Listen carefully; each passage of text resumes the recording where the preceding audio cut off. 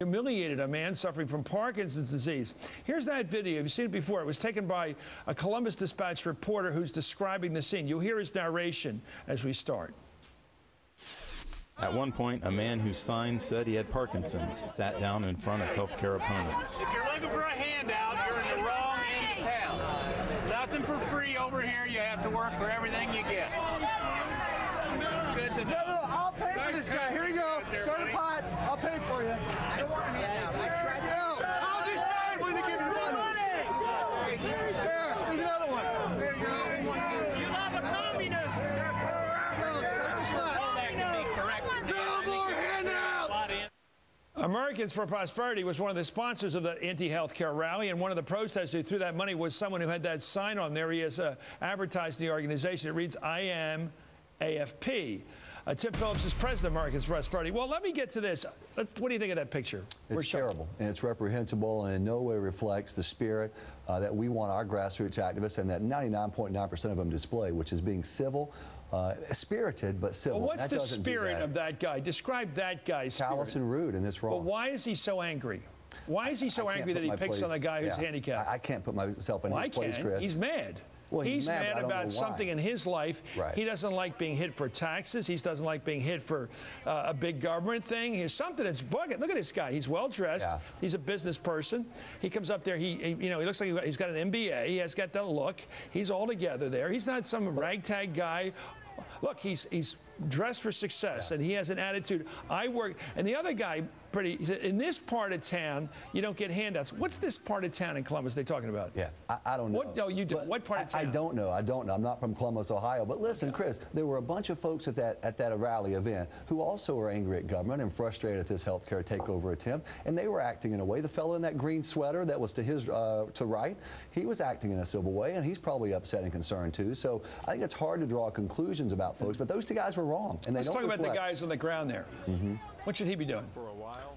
Well, look, he has every right to. He has every right to be there. What should he be doing? He's got Parkinson's.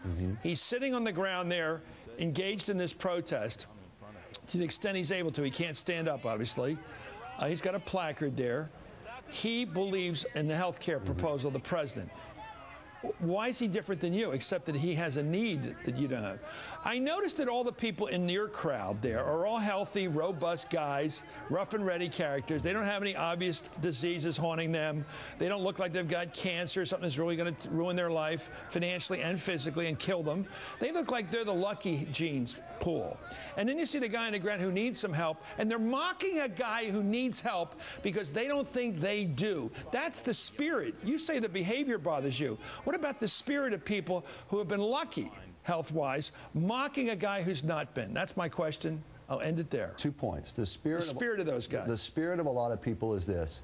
The government can't do this job of taking care of health care, and it should stay out of it. What's that guy up on the ground there needs help from the government? And the second point is... But that guy on the ground needs help from the government. He says he does. Is he wrong? I think that this health care plan is wrong for America. Is that guy on the ground wrong to ask for help? He's there supporting a 2,000-page bill, and I think he's wrong in supporting that legislation. What should he be doing? I think he's wrong in supporting that legislation. I'm not going to try to give him advice. Well, pretend now you're recruiting him to Americans for Prosperity. Why don't you tell that guy sitting on the ground who's got Parkinson's disease, probably a terminal disease in his case, probably. He has, how many more years of this before he's gone, right? He's facing a bad future. It's going to get worse. This guy, should he join your group? Absolutely. And what will you offer him? We had a lady with a brain tumor from Canada who came down here to get treatment, and she stood with us and she said, Tim, I sought Americans for Prosperity out because in my country of Canada, I could never have gotten the treatment that saved my life.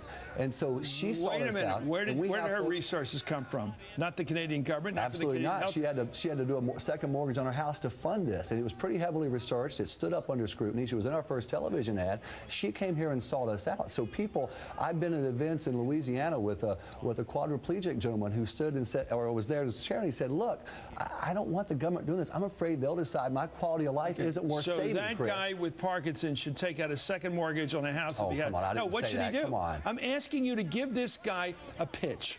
Not the healthy guys. We know where they stand. Right. They're rough and ready guys. They're probably libertarians. I can take care of myself until they get in a motorcycle accident. And somebody comes with an ambulance that they didn't pay for, takes them to a hospital that they didn't pay for, puts them in an ER that they didn't pay for, and then society pays their way. And then they say they're self-reliant. They're not self-reliant. They're potentially just as much a victim as that guy. Here's the pitch I would make to him. And they don't have the resources to do it, to deal with it at the time. They'll take the free. Here's the pitch I would make to him. Do you really want the government deciding whether your quality of life at your age and with the condition you have is worth saving? I don't want some government bureaucrat deciding that for you or for my mom and dad. My mom just got a rehab center down Do you think that guy's getting good health care right now? I tell you what, I think it's going to be worse on the federal government. I think it's going to be worse on the federal government. You're going to have a bureaucrat deciding that he's not worth saving potentially. He is as valuable to our society as any one of those guys yelling at him. No one's arguing that point here, Chris. What do you recommend he do? I recommend that he not support legislation where bureaucrats in this government may be deciding whether or not to cover his sickness, because they're going to be deciding that.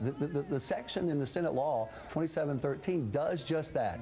It establishes boards that says, okay, we think this sickness and this sickness is worth covering. But you know what? That one's not, and we're not going to cover it. We don't want to trust them with that. The 30 million people that are going to get health care subsidized under this bill right now have relied on a private sector program that doesn't exist. They don't get health care now. So whatever you're talking about doesn't exist. There is no health care for the 30 million people who will benefit from this program of the president. And we're going to destroy the best health care system for the other people. Those 30 million people, of which that gentleman on the ground represents, those 30 million have nothing. Do you know that? I'm asking you. I know there's 30 million people, and I know that guy's in desperate straits, and I know that guy's for the president's health care bill because he's got a placard on him that says so. I don't have to make any assessments here. And you haven't come up with a solution, your crowd, for the people that are in need. You have a solution for the people who are not in need. Let me give you three solutions. You, in other words, have a health care plan for the healthy. That's your plan. That is ridiculous. Oh, that's I just just see not them there. True. That's not true. There are millions of Americans with conditions, and they're deeply concerned about whether or not their particular coverage and their quality of life is going to be worth saving under this government. And look, the president loves to bash these insurance companies. But you don't have a plan for the 30 million uninsured. People trust you insurance companies more than they trust this federal government. I have guys on here like Pence.